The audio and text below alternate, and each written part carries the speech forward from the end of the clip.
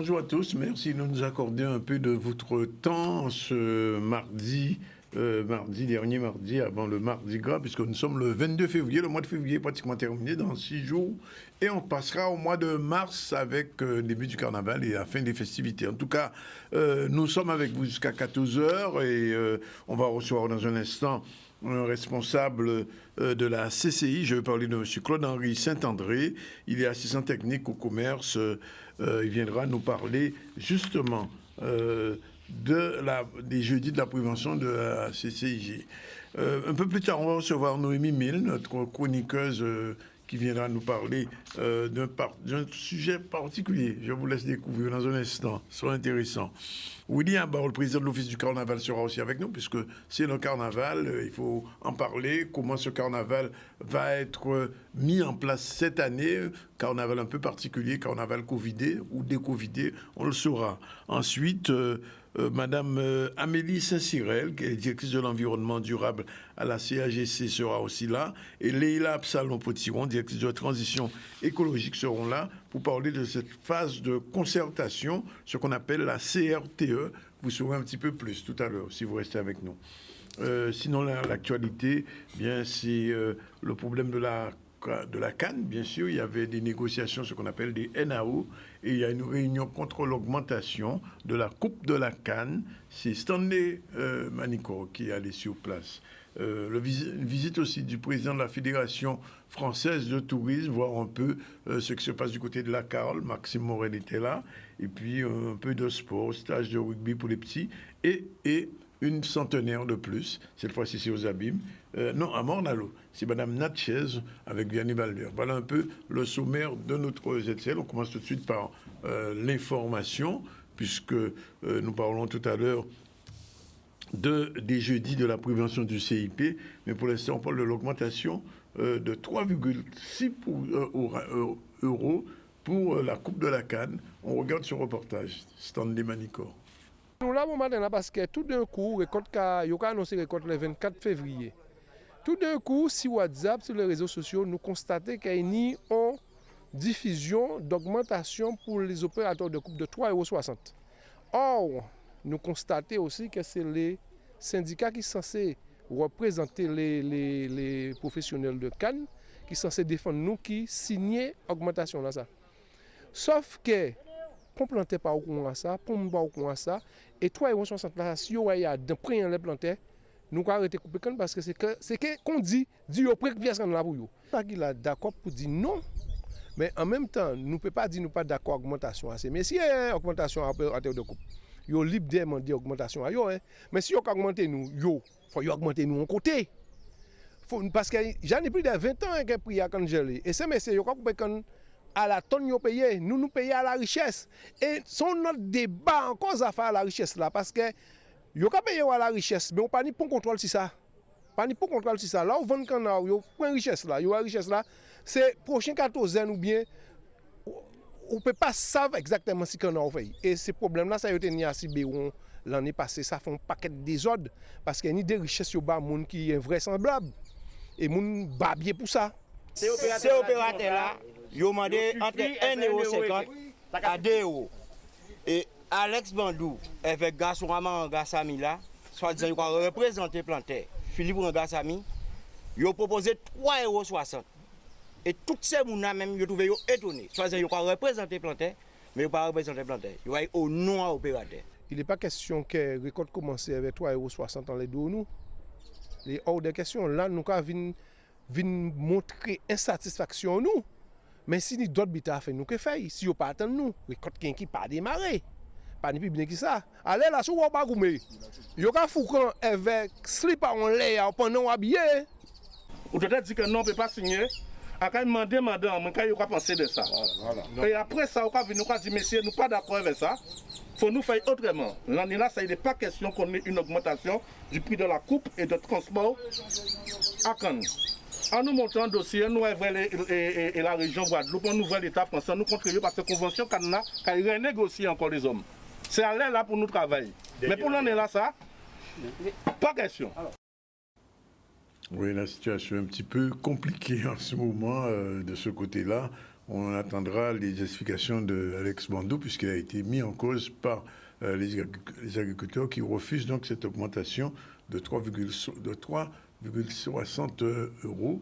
Et ils ne comprennent pas très bien comment l'UPG ait pu signer un pareil protocole. Nous y reviendrons probablement. Alors aujourd'hui, c'est le 100e anniversaire, s'il était encore vivant, de la mort, de la naissance de Gérard Lauriette, celui qu'on appelait Papa Yaya.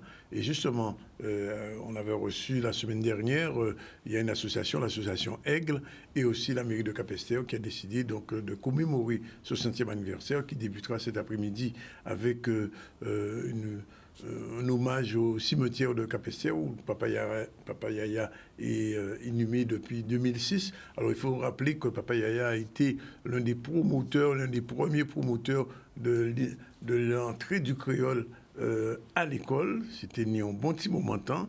Il a écrit des ouvrages comme celui-là, Le créole de la Guadeloupe, Nègre Marron.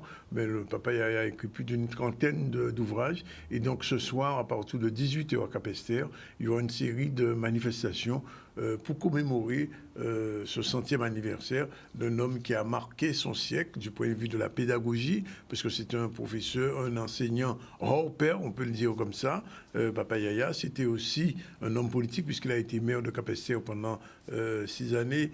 Ça n'a peut-être pas été sa meilleure prestation, on va le dire comme ça, mais du point de vue pédagogique, effectivement, Papa Yaya, Gérard Lauriette, a été un grand maître de l'éducation, puisqu'il a permis à de jeunes élèves, comme moi d'ailleurs, qui sont passés dans son établissement, il était capable de prendre nous qui gens pour servir avec créole là, pour nous parler d'autres langues, pour nous parler français, mais pour nous parler d'autres butins.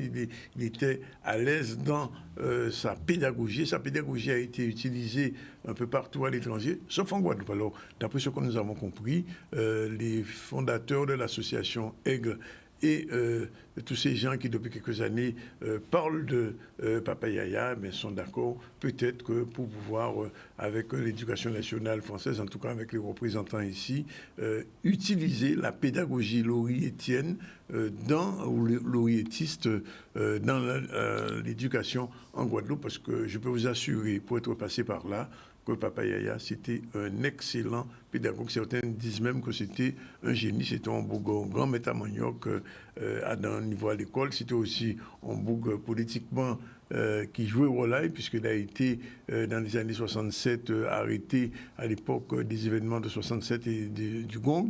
Mais c'était un homme solide, c'était un visionnaire du point de vue de la pédagogie. Et c'est à ce titre-là aussi qu'il faut se rappeler que Jodla, Papa Yaya, il fait aider en l'eau, jeune Guadeloupéen, que tu as dit, quand dit ça, quand il a des gens qui étaient tirés dans ce système scolaire-là, ça a été connecté, qui permettre à ces jeunes-là de rentrer dans l'arrêt de l'école-là et de réussir l'école-là.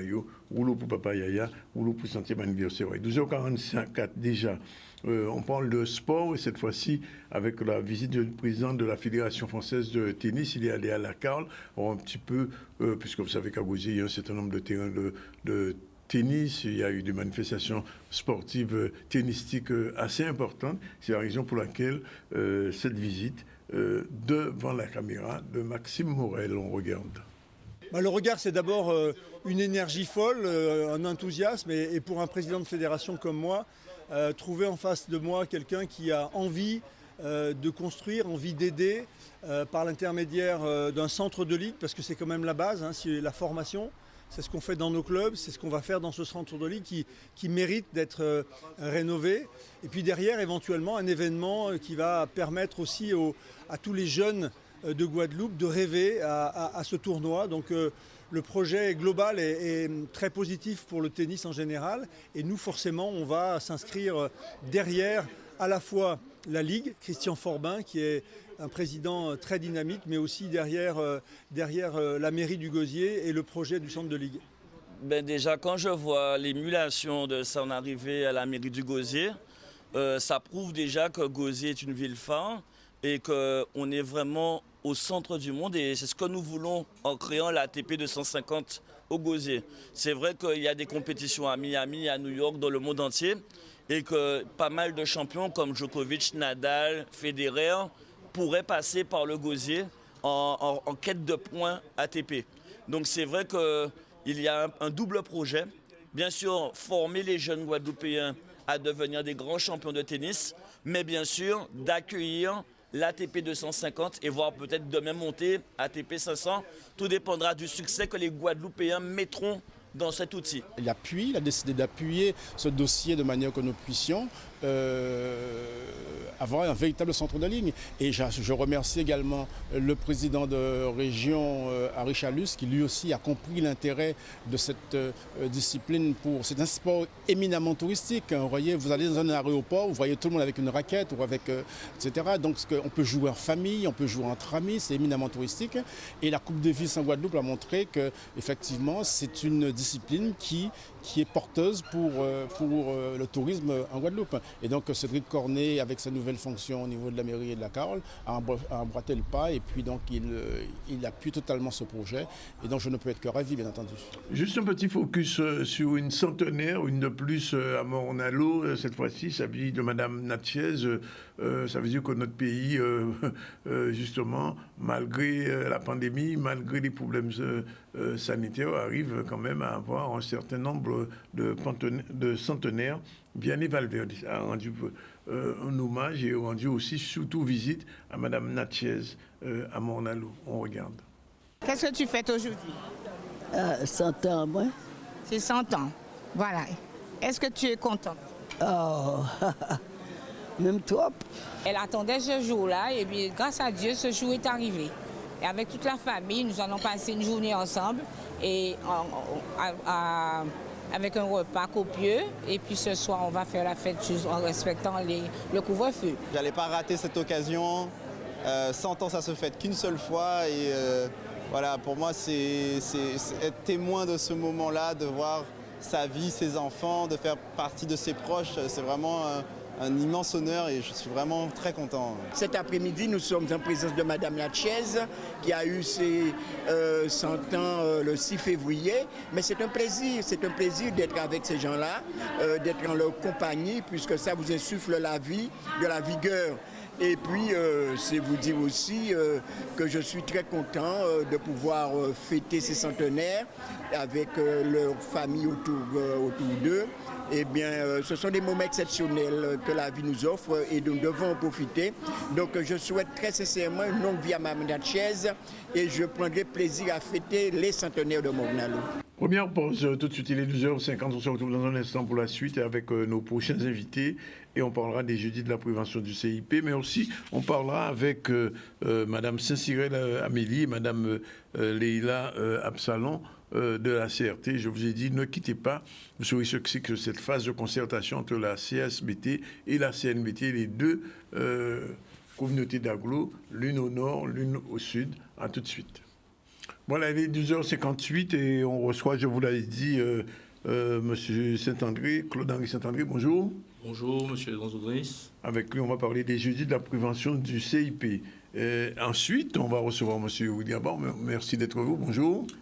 Bonjour aux auditeurs de Canal 10. Vous êtes président de l'Office guadeloupéen du Carnaval. On parlera du Carnaval qui va se dérouler dans les jours qui viennent. On en parlera dans un instant. Pour l'heure, on revient avec la CCIG. Tout de suite, on a un petit jingle qu'on doit démarrer. C'est parti.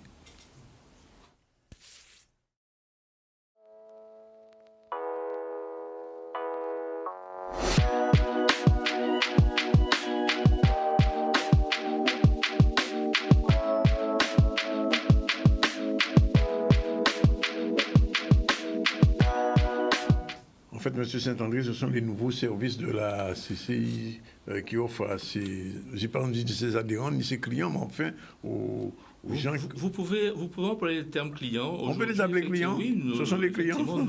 Les chefs d'entreprise inscrits à la Chambre de commerce sont les premiers clients de la Chambre qui les représente. Voilà. D'accord. Alors, donc, c'est jeudi de prévention, parce que c'est après-demain. Oui. Alors, les jeudis de la prévention du Centre d'information sur la prévention des difficultés des entreprises, ce sont des rendez-vous experts qui ont été mis en place il y a déjà plusieurs années, puisqu'en fait, le le CIP donc, a redémarré, je dirais, ses activités au cours de l'année 2021. Mais c'est un dispositif qui est mis en place déjà depuis plusieurs années pour accompagner les chefs d'entreprise en difficulté, pour anticiper en fait ces difficultés. C'est pour ça que c'est un centre d'information sur la prévention des difficultés. C'est-à-dire qu'un chef d'entreprise, il doit toujours avoir, je dirais, un coup d'avance, une vision, et être conscient de l'état des lieux de son activité et pour pouvoir anticiper les choix qu'il devra faire. Et donc le CIP est fait pour ça, c'est-à-dire que je constate que j'ai un ralentissement de mon activité. Je fais un autre, par exemple, nous avons depuis l'année dernière un nouvel outil qui est un autodiagnostic qui est à la disposition des chefs d'entreprise. Je fais un autodiagnostic pour savoir où j'en suis. Cet autodiagnostic va me donner un niveau d'alerte. Est-ce que je suis effectivement dans une situation confortable ou pas? Si je suis dans une situation à risque, quelle est-elle? Et cet autodiagnostic, comment va ma boîte, vous permet vous incite à aller contacter un expert, la CCI et les experts qui l'accompagnent pour pouvoir identifier quelle est la nature du problème et comment le chef d'entreprise peut le résoudre. Donc c'est vraiment avant la catastrophe. Le CIP, c'est avant la catastrophe. C'est pas après. C'est pas après. Ni après, ni pendant. En fait, ça peut être des fois tard, parce que effectivement, il y a des chefs d'entreprise qui, dans les dispositifs sur les difficultés des entreprises, ce qu'il faut à tout prix éviter pour un chef d'entreprise, c'est d'être dans la situation de la cessation de paiement, c'est-à-dire que le chef d'entreprise ne peut plus faire face à ses engagements. Et là, malheureusement, ce sont des solutions, je dirais, quelque part extrêmes qui se posent à lui. C'est-à-dire qu'on est en cessation de paiement, il va plutôt vers la liquidation judiciaire. Et donc, l'intérêt, c'est plutôt les autres dispositifs qui existent en amont de cette liquidation judiciaire. Donc ça peut être le rétablissement professionnel pour un chef d'entreprise individuel, ça peut être la procédure de sauvegarde, ça peut être effectivement le redressement judiciaire, jusqu'à aller vers peut-être la liquidation, qui ne doit pas être vécu non plus, comme je dis, pour le chef d'entreprise, même si c'est douloureux pour lui, comme infamante. C'est vrai que les procédures, parfois, en France, sont un petit peu infamantes pour le chef d'entreprise. Quand un chef d'entreprise se retrouve interdit de gérer, fiché comme quelqu'un qu'il faut surveiller, parfois le chef d'entreprise commet aussi des erreurs par méconnaissance, pas parce qu'il est malhonnête, mais parfois par méconnaissance, par manque de formation. Parfois, il gère mal et il se retrouve dans des difficultés. Donc, il y a donc les rendez-vous des experts, donc des jeudis de la prévention. Quel type d'experts qui viennent à ce genre de... Avocats, experts comptables, pour pouvoir justement orienter le chef d'entreprise sur la procédure juridique, judiciaire ou aussi sur les procédures comptables pour pouvoir redresser la situation. Donc les experts apprécient la situation de l'entreprise et au regard de cette situation, préconise au chef d'entreprise un certain nombre donc, de démarches à faire, aller au tribunal de commerce, déclarer sa situation de cessation de paiement si c'est le cas, ou enclencher une procédure, donc une procédure amiable ou une procédure collective selon la taille de son activité. Et c'est tous les jeudis? Alors, nos rendez-vous sont 2 jeudis par mois. Et donc ce jeudi 24 février, donc il est prévu effectivement un rendez-vous. Donc j'invite celles et ceux chefs d'entreprise qui n'auraient pas encore fait le choix de s'inscrire à cette manifestation, de le faire sans tarder à travers donc le mail cipguadeloupe@guadeloupe.cci.fr ou nous appeler donc à la CCI, ma ligne directe le 05 90 93 77 34 pour pouvoir prendre un rendez-vous. Donc ça se passe le jeudi, deux après-midi, donc entre 14h et 17h. On donne un rendez-vous à un chef d'entreprise à 14h, un autre à 14h45.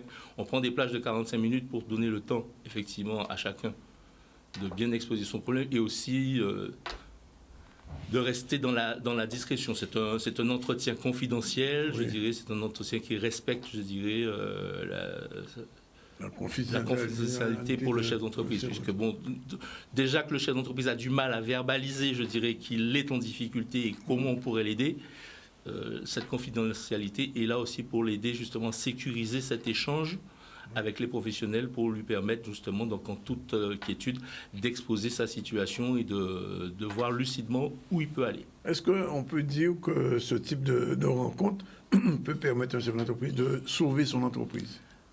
Quand c'est possible, oui, bien entendu. En fait, la question du chef d'entreprise, c'est comment il rebondit par rapport à la situation, c'est comment il relance son activité. Est-ce qu'effectivement, il a intérêt à faire un redressement judiciaire? Oui, parce que ça peut lui permettre de relancer son activité. S'il est chef d'entreprise individuel qui fait une procédure de rétablissement professionnel pour justement redresser son activité, c'est dans son intérêt, c'est dans l'intérêt de la préservation de l'activité que tous ces dispositifs de prévention sont mis en place. Et c'est vrai que parfois les chefs d'entreprise n'ont pas l'information ou n'accèdent pas spontanément à cette information. Cette information est accessible sur le site de la CCI. Nous avons, au sein le réseau des CCI au plan national, a édité un guide de la prévention des difficultés des entreprises. C'est vrai que je ne suis pas venu avec un exemplaire là aujourd'hui, mais ce guide de la prévention explique toutes les démarches possibles et aussi les contacts que le chef d'entreprise peut avoir, donc les personnes ressources vers lesquelles il peut se retourner pour pouvoir justement prendre un nouveau cap avec son entreprise. Alors, je crois même qu'il y a un site qui s'appelle Comment va ma boîte? Alors, Comment va ma boîte, c'est le site d'autodiagnostic dont j'ai parlé au début. C'est-à-dire que le chef d'entreprise va sur Comment va ma boîte pour justement faire un état des lieux. Quel est le niveau d'alerte de son entreprise aujourd'hui? Ça peut être une alerte jaune, une alerte orange, une alerte rouge. L'alerte rouge, c'est que la situation est très critique, il faut réagir très très vite. Peut-être qu'il est déjà en cessation de paiement. Alerte orange, on lui dit attention, vous n'êtes pas loin de la cessation de paiement, réagissez vite, allez voir vos experts pour justement identifier quelle peut être, eu égard à la situation financière de votre entreprise, la situation en regard de vos relations avec vos fournisseurs, avec le fisc, avec votre banque. Ce sont ces items-là qui sont interrogés dans Comment va ma boîte pour permettre aux chefs d'entreprise de décider de la suite des opérations. Alors, pourtant, quand même, d'après ce que j'ai compris, au travers de ce que vous dites, et même des contacts particuliers, certains chefs d'entreprise sont un petit peu, je n'ai pas envie de dire timides, mais très réservés, ont peur de ce type de diagnostic. Alors, qu'est-ce que vous pouvez leur dire? Non, je leur dirais au contraire, n'ayez pas peur, vous êtes en responsabilité, vous avez créé une entreprise, soyez lucide sur effectivement la situation et prenez au contraire la tâche de ceux qui peuvent vous aider à identifier les bonnes solutions. C'est vrai que la tentation du repli quand on est en difficulté, c'est humain. Oui. C'est humain, bien sûr. Et en plus, nous avons, je dirais, dans notre tradition guadeloupéenne, cette pudeur qui fait que nous n'aimons pas parler des choses qui ne vont pas bien. Oui. Mais il ne faut pas que le chef d'entreprise se sente jugé. Les experts qui les rencontrent lors des rendez-vous des jeudis ne sont pas là pour les juger. Ils sont là pour, au contraire, les écouter. Et les accompagner. Les écouter, les accompagner. Et une dernière chose, les solutions dépendent-elles de la CCI ou des experts? Non, les solutions, si ce sont des solutions judiciaires, elles dépendront du tribunal du tribunal de commerce, de l'aboutissement de la procédure au niveau du tribunal de commerce. Mais il appartient au chef d'entreprise, avec l'accompagnement de ses experts, de mettre en œuvre un certain nombre donc, de solutions, d'actes qui peuvent lui permettre de rebondir. Alors, on va terminer. Donc, les contacts, c'est par soit CIP Guadeloupe, @guadeloupecci.fr, c'est à l'affiche, voilà. Là, on peut le lire, ou le numéro de téléphone direct, 93 voilà. 77 34, c'est bien ça. Et le site, Comment va ma boîte, c'est donc www.commentva-ma-boîte-tout-collé.guadeloupe.cci.fr. Je crois qu'on a tout dit sur ça. J'espère que les chefs d'entreprise qui regardent ont été attentifs et feront le geste, surtout dans cette période difficile. On sait qu'il y a beaucoup d'entreprises qui sont en grande difficulté, et même, je ne dis pas celles qui sont fermées, parce qu'il y en a qui ont fermé. Les difficultés pour les chefs d'entreprise depuis 2 ans sont de toute nature. Oui. Elles sont bien sûr financières, mais elles sont aussi psychologiques, oui, puisque un chef d'entreprise qui est en difficulté souffre aussi de cette situation. Parfois, il est désemparé, donc il n'hésite pas justement à aller vers ceux qui pourraient leur permettre justement donc, de rebondir. On a bien pris note. Voilà. Merci en tout cas, M. Saint-André, d'être venu dire ça sur notre premier. On va changer de sujet. On prend un sujet un petit peu plus léger. C'est le carnaval. Dans moins d'une semaine maintenant, dans quelques jours, les temps forts du carnaval, puisque le carnaval a commencé déjà il y a pratiquement quelques semaines. William Abba, vous êtes président de l'Office. Bonjour et merci d'être avec nous. Quel est votre diagnostic, vous, sur le carnaval actuel? Alors, mon diagnostic aujourd'hui, il est un peu partagé. Pourquoi je dis partagé? Dans la mesure où on a des contraintes. C'est-à-dire que le carnaval a une spécificité qui n'est pas comme n'importe quelle organisation. Donc, on sait que c'est une fête populaire et aussi une sorte de soupape de décompression. Mais comme je l'ai dit une fois au directeur de cabinet du préfet, c'est-à-dire que le carnaval, c'est une soupape de décompression.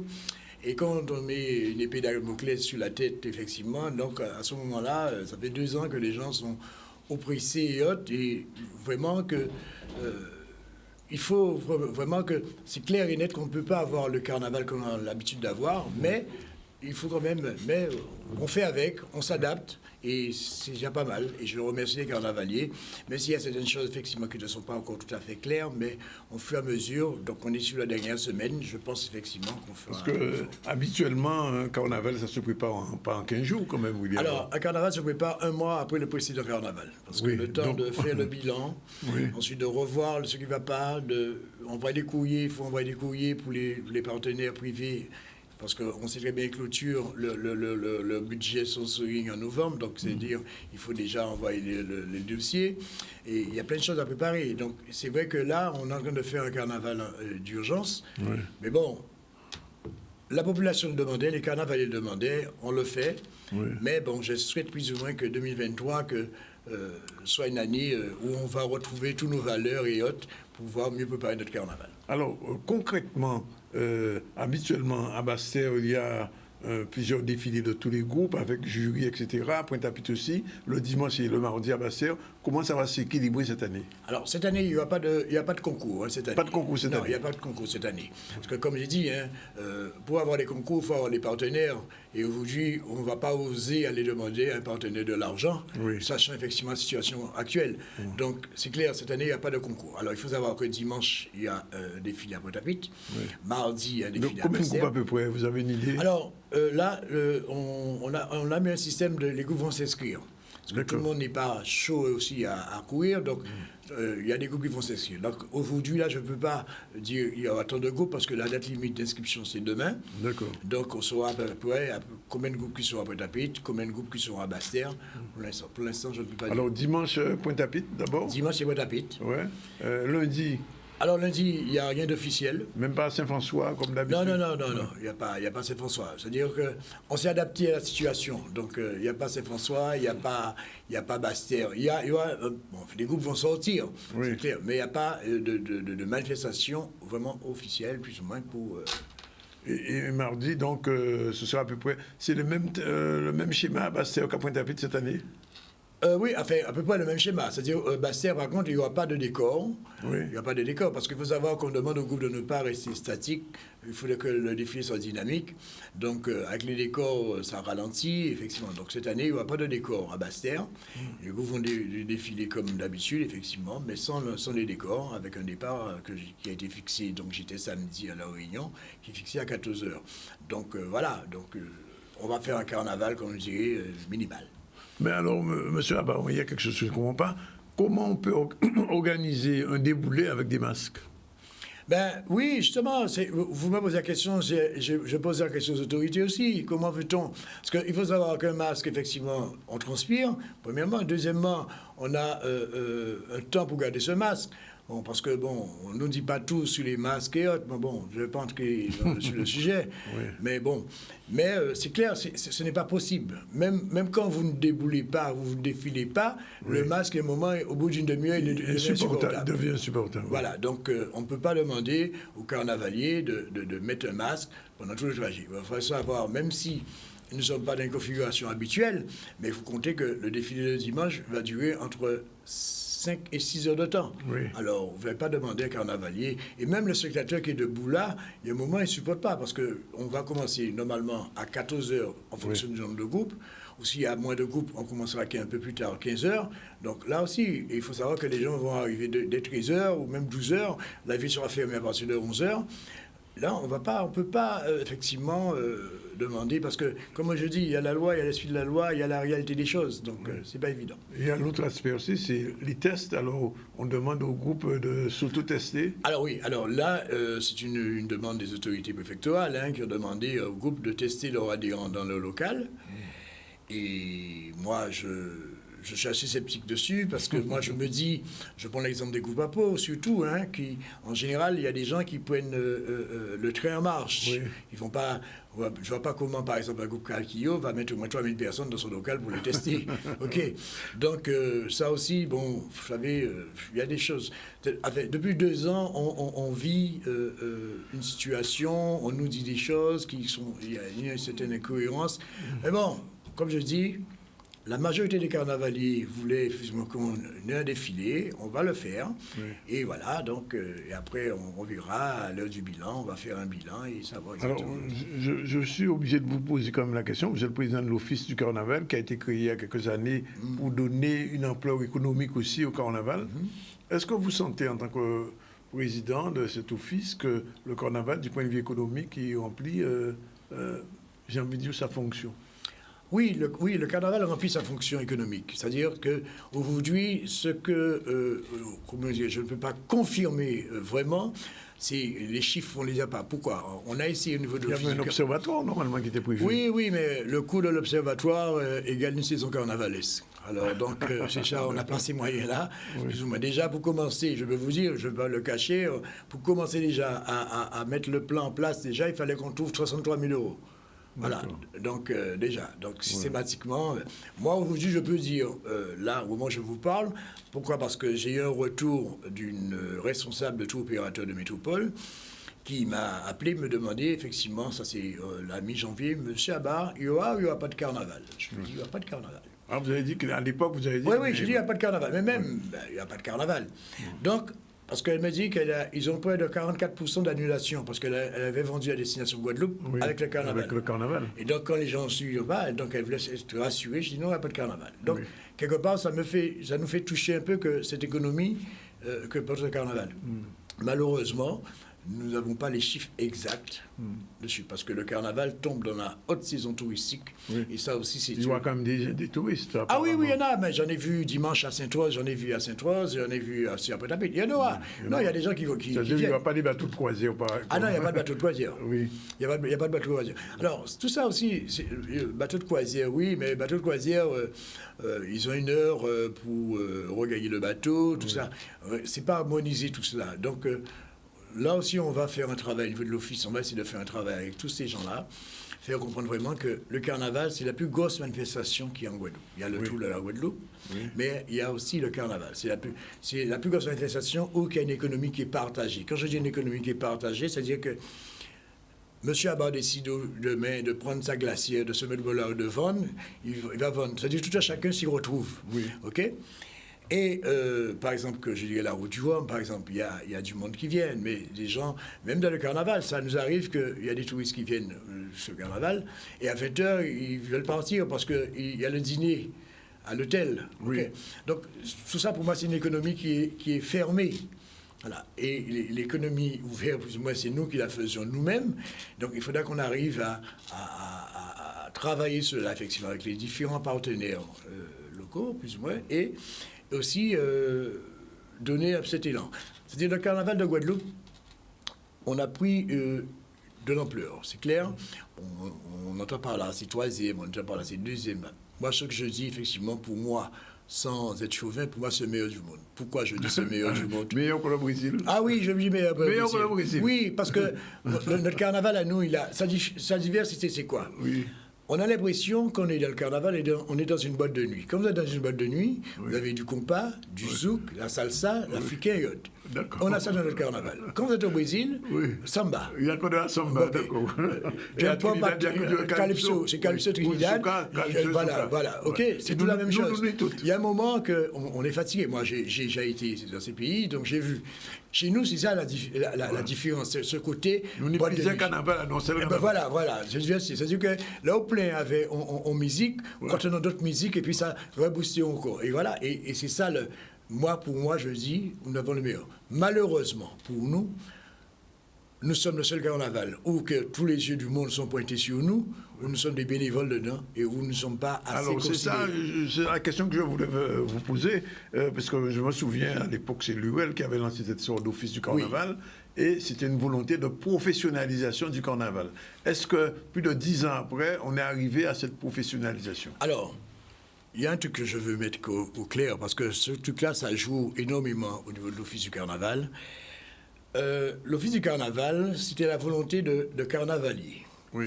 Depuis le temps de Madame Chevry, nous avons, les premiers samedis du mois de janvier, nous avons organisé des symposiums à la région.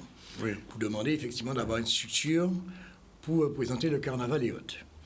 Monsieur Lurel nous a permis de le mettre en place. Parce que plein de plans, on a tendance à penser c'est habité à l'UL. Ouais. C'est donc, pas habité à l'UL. Pas habité à l'UL. L'UL a répondu à une demande des carnavaliers. Ça, il faudrait qu'on soit clair dessus. Parce que, je vous le dis aujourd'hui, nous sommes victimes de ce truc-là parce qu'en tant que petit guerrier politique. Ouais. D'accord. Oui, OK? Donc, c'est habité à l'UL, voilà, c'est habité à l'UL, pas habité là, enfin, une autre activité. Bref. Donc, il nous a permis de le mettre en place, cette structure. Aujourd'hui, la structure, elle est là. Et comme je dis, il faudrait faire attention quand on parle de professionnalisation du carnaval. Qui dit professionnalisation du carnaval, il y a un moment ou l'autre, effectivement, il faudra donner ça à une société qui le gère. Je vais vous donner une anecdote qui s'est passée il y a quelques années. Le groupe TF1 est arrivé en Guadeloupe. Il nous a reçus après un avec le maire de l'époque, tout ça. Et il nous a proposé, effectivement, 3 millions d'euros sur 3 ans. Mais qu'il garde, c'est lui qui fait la commercialisation, qui fait tout. Moi, je n'étais pas d'accord. M. Jacota, un peu, je ne savais pas trop. M. Jacques était beaucoup plus pour et autres. Je leur ai dit, écoutez, moi, personnellement, je ne veux pas. Je n'ai vu aucun pays vendre sa culture. Parce que moi, ces gars-là, ils arrivent, c'est faire du business. Oui, bien sûr. Et une fois qu'ils ont fait leur business, parce que qu'est-ce qui allait se passer? Demain, ce groupe-là aurait pris le carnaval. Commercialisé. Nos groupes de carnaval, pour participer, auraient dû payer un droit. Ouais. Demain, Willy Abar et sa famille n'auraient pas pu marcher dans la rue. Parce que c'est Willy Abar et les amis qui font le carnaval à nous. Et c'est où mettre l'argent l'an prochain. Voilà. Et ça, il faudrait qu'on fasse attention à ça.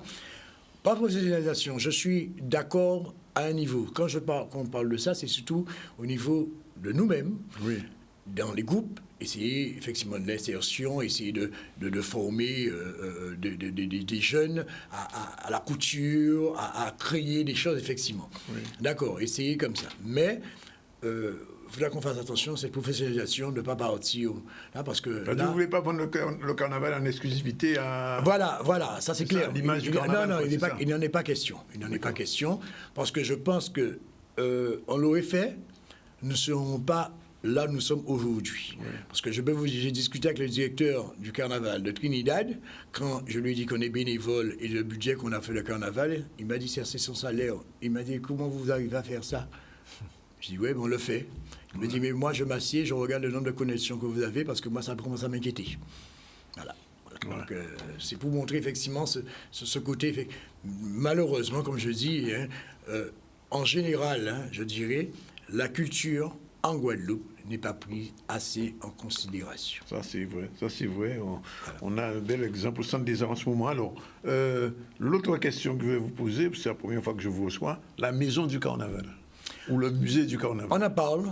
Je ne parle même pas des archives du carnaval. Non, mais on en parle souvent. Comme je dis, c'est les moyens.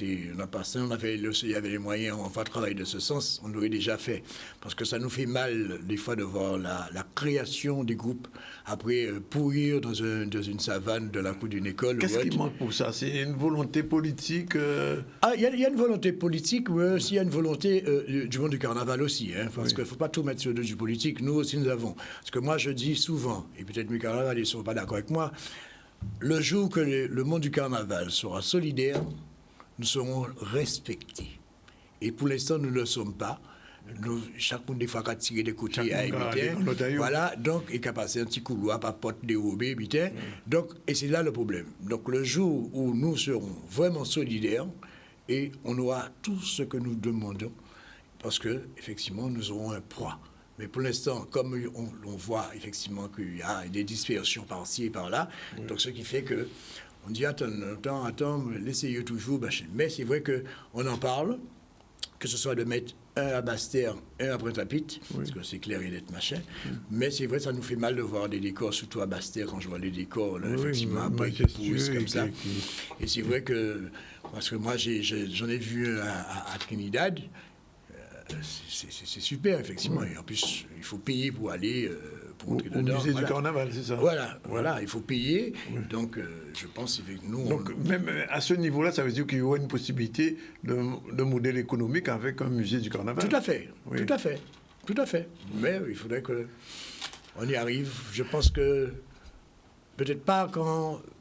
sous la mandature de William Barr, mais je pense qu'un jour, ça va arriver. Tout autant, ça qui finit par arriver. Oui, ça va arriver. Oui. Voilà, nous étions 20 commandants Vélodrome, nous trouvions une nuit. Mais Alain pas utilisé comme il faut, mais bon. Un dernier vidéo TV, quand même, est-ce qu'on peut penser que là, il faut tous les carnavals là, qu'on s'y fait dans certaines îles en Caraïbes? Non. Alors, moi, en compte bidon ça. Moi, je n'ai pas choulé, mon pas qu'à faire et pas faire Noël pour Pâques. Oui, il va faire Noël à Pâques. Non, on compte ça. C'était c'est nous garder là, ils sont des déplacés. Non. Parce que, pareil, hein, là, le monde du carnaval, là, je m'excuse, quand il dit ça s'est pensé à William Barr. Oui. Le carnaval vacances en Papouille. C'est une animation, un programme de groupe, hein, il est libre de faire, moi-même, je vais regarder. Pourquoi? Parce que thème là, il va faire pour les Antillais. Ouais. Pour moi, le premier monde qui doit être venu carnaval, moi, c'est Antillais qui est en France. Ouais. C'est eux qui doivent venir. Inciter les gens à venir en période de carnaval. Les affaires qui fait carnaval, vous, non. Voyez les gens, venir avec des gens en carnaval là, pour moi, c'est ça qui est extraordinaire. Parce que tout le monde qui partir à Trinidad, tout le monde qui partir à Rio, on va me dire Rio de changer. Ouais. Donc, nous, il faut nous apprendre effectivement à vendre pays à nous, même si nous, à 8000 km, il faut nous apprendre à vendre pays à nous, à dire, bon, nous, non carnaval, voilà ci, voilà ça, allons-y, je prends mes congés, on prend ceci. Voilà. Mais bon, malheureusement... Monsieur Ounialo, est-ce que l'Office du Carnaval, depuis plus de 10 ans, je crois, depuis 2008, a réussi à unifier les groupes de Carnaval? Parce qu'il y a le groupement Point 3 du Carnaval, il y avait un groupement aussi à Basse-Terre, et l'Office devait normalement chapeauter tout le monde. Est-ce que vous êtes arrivé à ça? Il faut savoir que l'Office, c'est l'ensemble de ces fédérations, groupements qui composent son conseil d'administration. D'accord. C'est, comme je dis, Paris, c'est pas conçu dans ce jour. C'est vrai, nous sommes, je dirais, à 70% sur la même longueur d'onde. Nous travaillons ensemble pour arriver à... Y compris avec les groupes à peau? Y compris avec les groupes à peau. Même eux, ils sont dans le conseil d'administration, effectivement, de l'Office du Carnaval. Parce que tout ce monde, effectivement, fait partie de l'économie et de l'animation du pays. Donc, nous ne pouvons pas écarter ci-là pour mettre ci-là. Il faut nous solidaires entre nous. On a une cause à défendre. Pour taquiner ces groupe à peau là, il y a un gars qui va faire carnaval, mais c'est pendant le carnaval, il y a des poulets. OK? Donc, tous ces gens-là, ça, effectivement, c'est nous ensemble. Et donc, pour l'instant, ça va pour l'instant. On continue à travailler, parce que, comme on va bien dire, c'est pas tout dit dernier office. Il faut ça aussi qu'à montrer valeur qui a été fait. Et c'est combat là, ça. Malheureusement, si mandature au moins. En 2020, nous faisons carnaval de justesse. Et puis, 2021, ça passe à l'as. Donc, nous allons penser peut-être essayer de rebondir en 2023. Si mandature, on va finir qui temps? Normalement, mandature, on va finir là, normalement en décembre. Ah bon? Oui. Mais bon, une heure rallonge là, vu la situation, nous allons pouvoir faire avant la mi-2022. Même si vous dites, merci de venir. Et les éclaircissements qu'on a portés, ça a été nécessaire quelques semaines, quelques jours avant le carnaval officiel. Il n'y aura pas de journal du carnaval, ni de brochure du carnaval cette année. Non. Non, restreint, service restreint. Carnaval Covid. Voilà. 13h28, deuxième pause. Et on reçoit tout à l'heure Madame Amélie Saint-Cyrel et Madame Leila Absalon. Avec ces deux dames, on va parler du contrat de relance de transition écologique. Voilà, à tout de suite. Voilà, retour sur le plateau du ZCL News, il est 13h34. On va recevoir deux femmes. Madame Amélie Saint-Cyrel. Enchantée. Bonjour. directrice de l'environnement durable à la CSGC, c'est bien ça? C'est bien ça. Et nous allons recevoir Leila Psalon-Potiron, directrice de transition écologique à la CNBT. Et avec ces deux personnes, on va parler du contrat de relance sur la transition écologique. Il faudra expliquer ça aux gens parce que j'avoue que je n'étais même pas informé que ça existait. Avant ça, on a une petite chronique avec Noémie. On regarde et on revient vers vous dans un instant. C'est pas Lily du 32 qui est sur Twitter qui va me dire si j'ai le droit de parler ou pas. Prennent les images des enfants, les mettent sur des forums ou sur des sites pédophiles. Les sargasses ne sont pas encore considérés comme des dégâts catastrophes naturelles, alors qu'il y a des gens qui ne peuvent pas rester chez eux. Bonjour à tous, aujourd'hui nous allons parler de body shaming et plus particulièrement de skinny shaming. Donc qu'est-ce que c'est? C'est le fait de faire des remarques désobligeantes à des personnes à cause de leur physique jugée trop mince, voire trop maigre. Pourquoi j'ai choisi ce thème de chronique? Tout simplement parce que déjà c'est une expérience personnelle que j'ai vécue et je sais qu'il y a beaucoup de gens, filles comme garçons, qui vivent la même chose que moi. Et je trouve que c'est un phénomène qui n'est pas assez discuté publiquement, qui n'est pas assez écouté, qu'on minimise finalement beaucoup, comparé à d'autres phénomènes similaires comme par exemple la grossophobie, c'est-à-dire le fait de critiquer le physique des personnes en surpoids. Ça, de façon universelle, on le sait dans la société, c'est quand même mal vu de critiquer une personne en surpoids. Par exemple, le terme gros est vécu de manière insultante, ce qui est normal, mais le terme maigre est quant à lui complètement banalisé. Pour aussi permettre à certains peut-être de réaliser l'ampleur de leurs mots. D'où vient ce phénomène? Il dépend tout d'abord de la culture à laquelle vous appartenez. Par exemple, chez nous, aux Antilles, être en chair, c'est être en bonne santé dans l'esprit général. Quand vous allez, par exemple, manger chez les anciennes générations, on aura tendance à vouloir vous nourrir, vous dire que vous êtes encore trop faim, il faut manger, sinon vous allez être malade. Dans d'autres régions du globe, c'est l'inverse. La norme est plutôt le fait d'être faim. Les standards de beauté de notre société sont aussi très influencés par les personnalités publiques, les influenceurs sur les réseaux sociaux, ces stars qui font de la chirurgie esthétique, prônant un physique typique pour les femmes, grosse poitrine, taille fine, hanches développées, lèvres pulpeuses, et pour les hommes, grands, musclés, un physique qui finalement n'est pratiquement jamais obtenu de façon naturelle, et n'est pas représentatif de la population générale dans sa grande majorité. Ces types de physiques qui sont eux aussi valorisés par le public qui consomme ce genre de contenu et qui apprécie ce genre de contenu. Quels sont les types de remarques qui peuvent entrer dans du skinny shaming? C'est tout ce qui constitue une critique ou une remarque négative par rapport au physique d'une personne trop mince. Par exemple, le fait de lui dire qu'elle serait trop maigre, le fait de lui dire qu'elle serait anorexique, alors que l'anorexie, pour commencer, est une pathologie qui ne peut être posée uniquement par un médecin, qui ne peut pas être décelée uniquement par la vision. Le fait qu'elle ressemblerait à une tige, le fait qu'elle serait un sac d'os, tous ces termes sont des termes finalement qui sont insultants. De la même manière que vous n'osez pas le plus souvent insulter une personne qui est en surpoids parce que c'est mal vu dans notre société, ça devrait aussi être mal vu pour les personnes qui sont fines. Vous ne savez pas ce que les gens vivent chez eux. Vous ne savez pas si les personnes en question sont atteintes de pathologies, ont des difficultés dans la vie, pourquoi elles ressemblent à ça, donc abstenez-vous.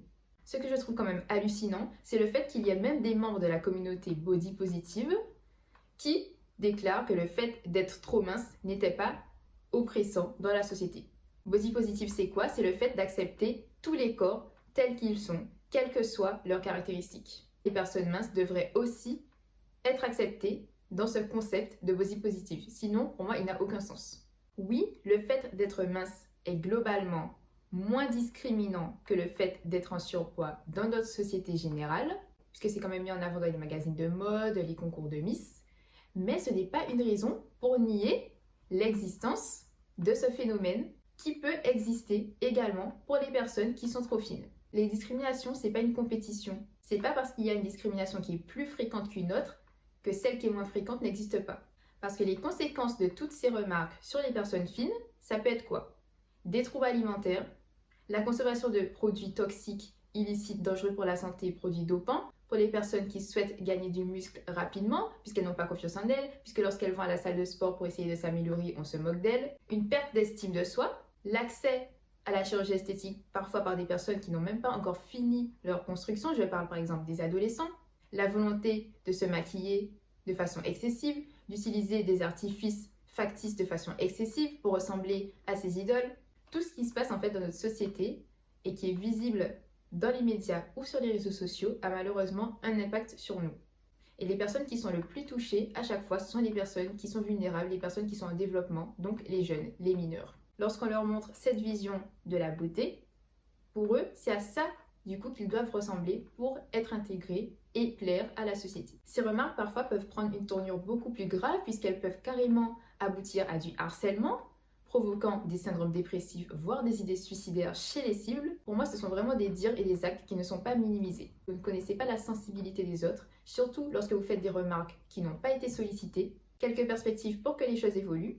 Déjà, le fait d'accepter que les personnes fines fassent partie du mouvement body positive, parce que ça ne fait pas encore consensus. Et encore une fois, ce n'est pas cohérent, puisque le but même du concept, c'est d'accepter tous les types de physique. Donc pourquoi ne pas accepter les physiques qui sont fins? Avant de faire une remarque à une personne, peut-être se demander si la remarque va être constructive, ce que ma remarque va apporter à cette personne de positif. Parce que dans tous les cas, même si pour vous, une personne est trop mince, ça ne vous regarde pas. Sa santé ne vous regarde pas et ce qu'elle fait de sa vie ne vous regarde pas non plus. Ce genre de remarques sur le physique des gens existent aussi en famille et ne sont pas à minimiser juste parce que vous avez un lien de parenté.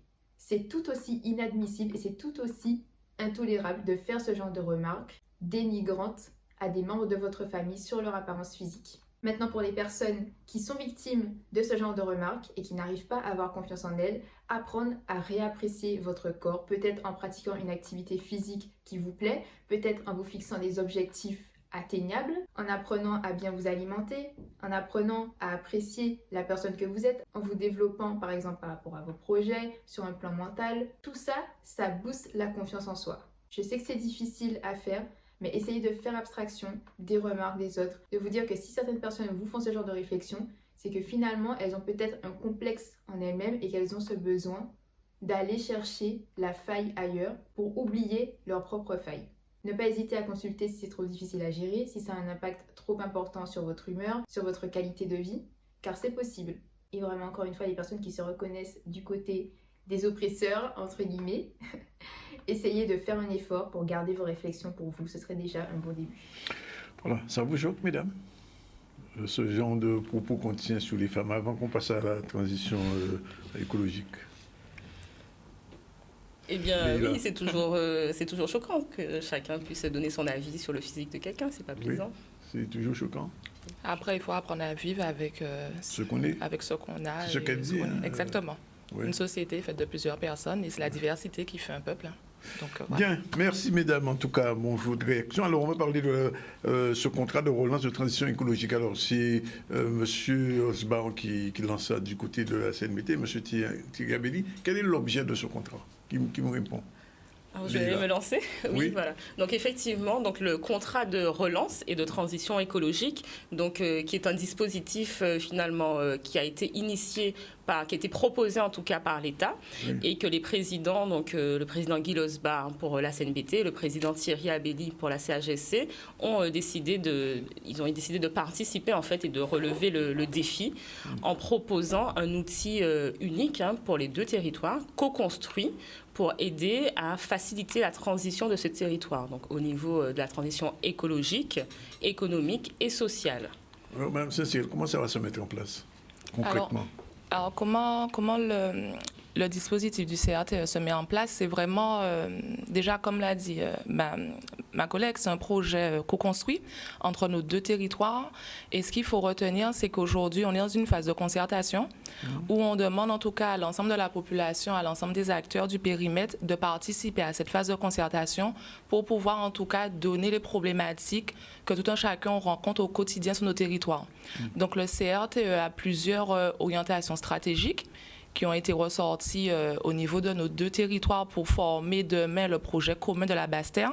Donc on a une orientation stratégique qui est orientée plus sur le bien-être, la biodiversité et la santé environnementale, une orientation stratégique sur la transition numérique, une autre sur la transition économique, une sur l'économie sociale et solidaire où on voit en tout cas qu'il y a eu un essor fulgurant depuis ces derniers mois, et deux autres orientations qui sont basées à la fois sur la transition énergétique et la mobilité et sur tout ce qui a trait à la transition sociale et démographique.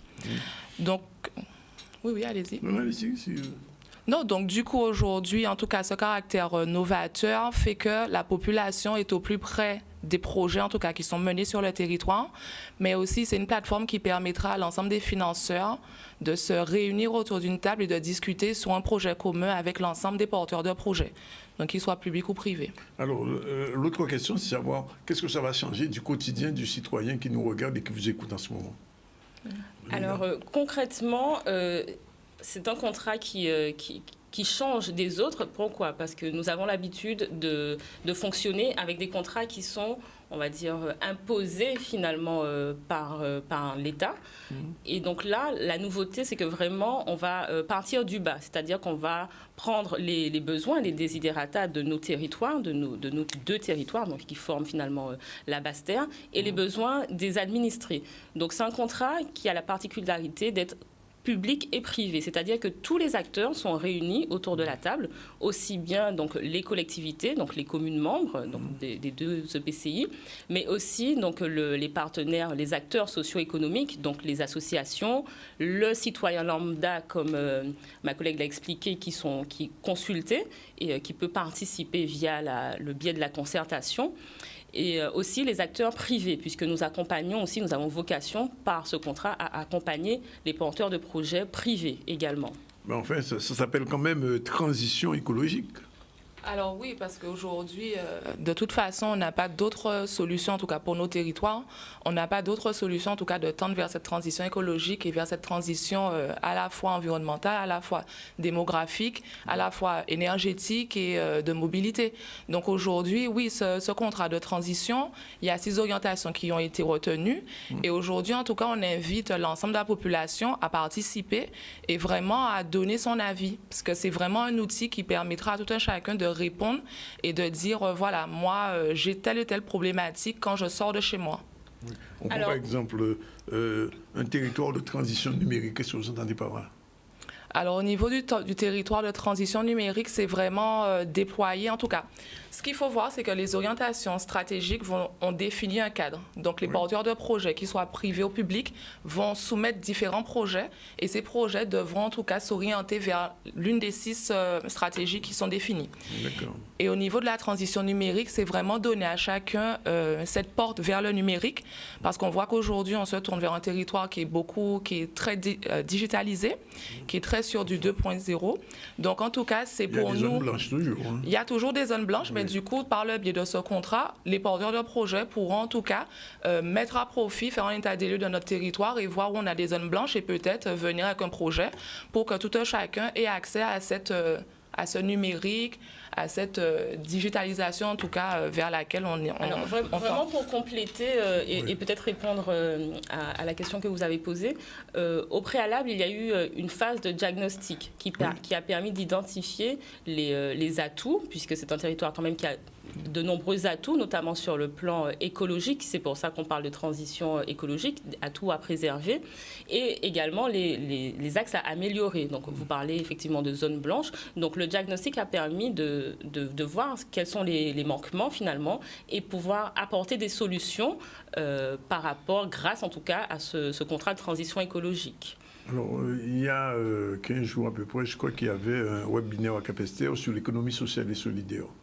Et donc, c'est une terminologie et un mode aussi d'économie qui commence à se développer en Guadeloupe. Alors, du fait de ce contrat, est-ce que ça va booster un peu l'ESS, l'économie sociale et solidaire?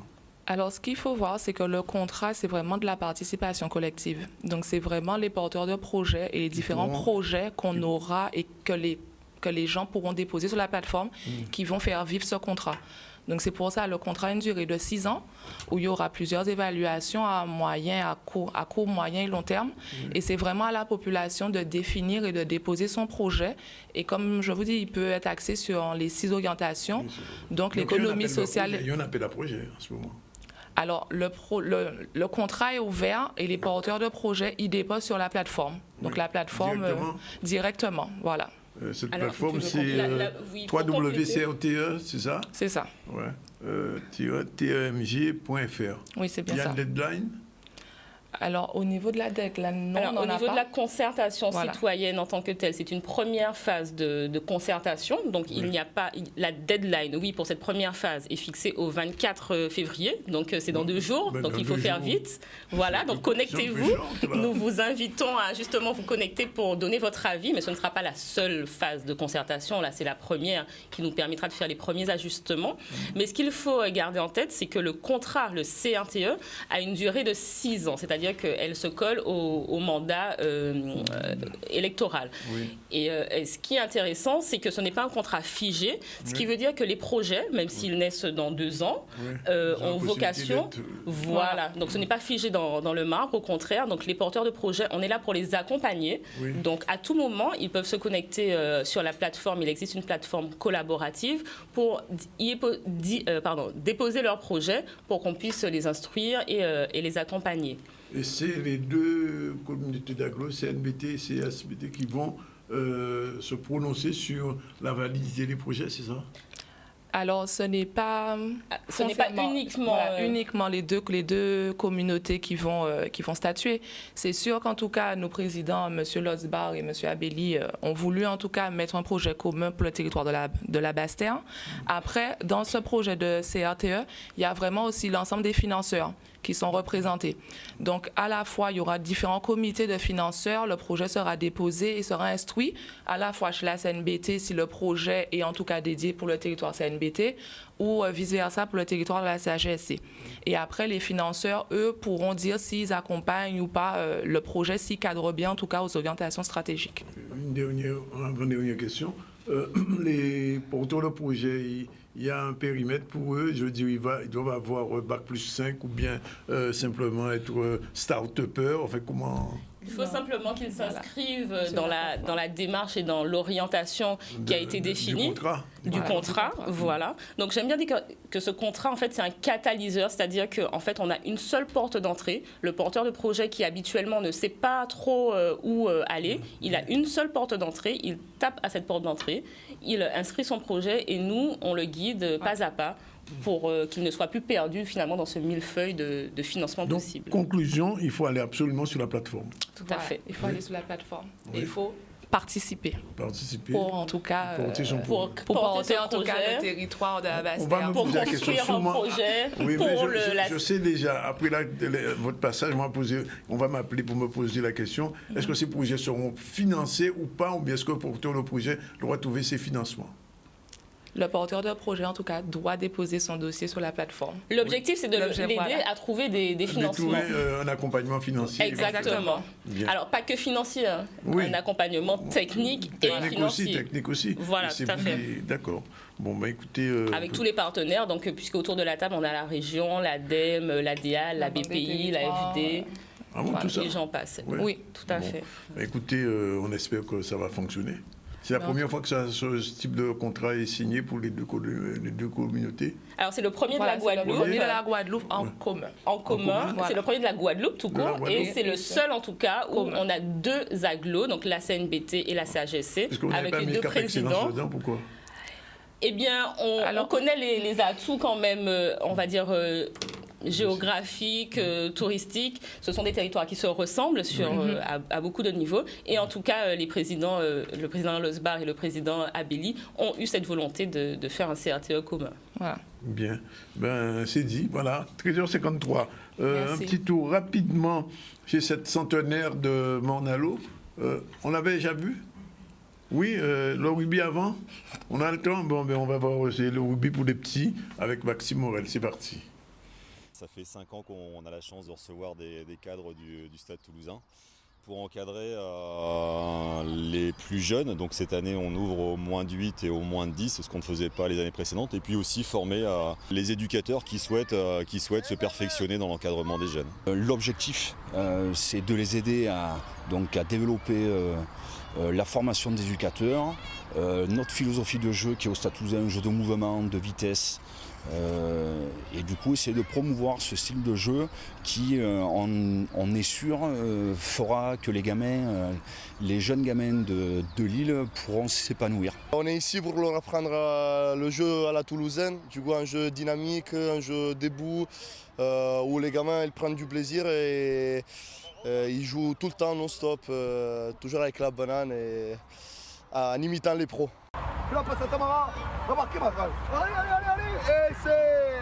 Pour nous, c'est une vraie chance, c'est un support au quotidien, c'est-à-dire que c'est des gens qui sont disponibles toute l'année pour nous donner des infos, des billes, qui partagent énormément de contenu et en même temps c'est un soutien fort pour le club et que le Good Luck est heureux de faire partager. Ouais. Et les jeunes rugbymen guadeloupéens, ils sont très appliqués.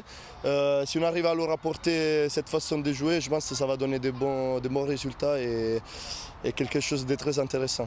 Il y a une bonne influence du rugby. Voilà, il est 55, 13h55, on a pratiquement terminé. Je rappelle qu'en début de ZCL, on a reçu M. Claude-Henri Saint-André de la CCIG pour expliquer aux chefs d'entreprise qu'il y a un moyen de prévention et d'éviter les catastrophes. Et ce sont les jeudis qui organisent la CCIG. Pardon. Et donc, je vous conseille donc de prendre contact très rapidement avec la CCIG, puisque le prochain jeudi, c'est jeudi d'ailleurs, ça s'appelle les jeudis de la prévention. Ensuite, on a reçu Willy Abar, le président de l'Office du Carnaval. Il a dit que le carnaval cette année, ce ne sera pas un carnaval comme on a l'habitude, parce que pas suffisamment de temps. Il faut, disait-il, pratiquement 11 mois pour préparer un carnaval. Cette fois-ci, il est préparé en 15 jours. Donc, ce sera un petit carnaval, comme disons, tout petit carnaval, juste pour dire qu'on a fait carnaval. Il espère que l'année prochaine, ça reprendra. Et puis, on a reçu ces deux dames, Madame Amélie Saint-Sigrel de Saint-Claude.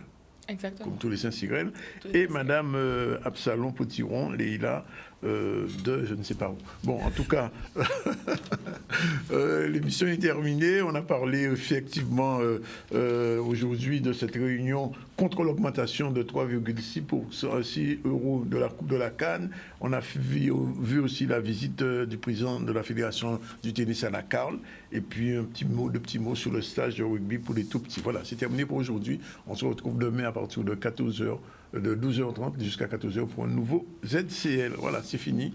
Ciao, bye bye, à demain.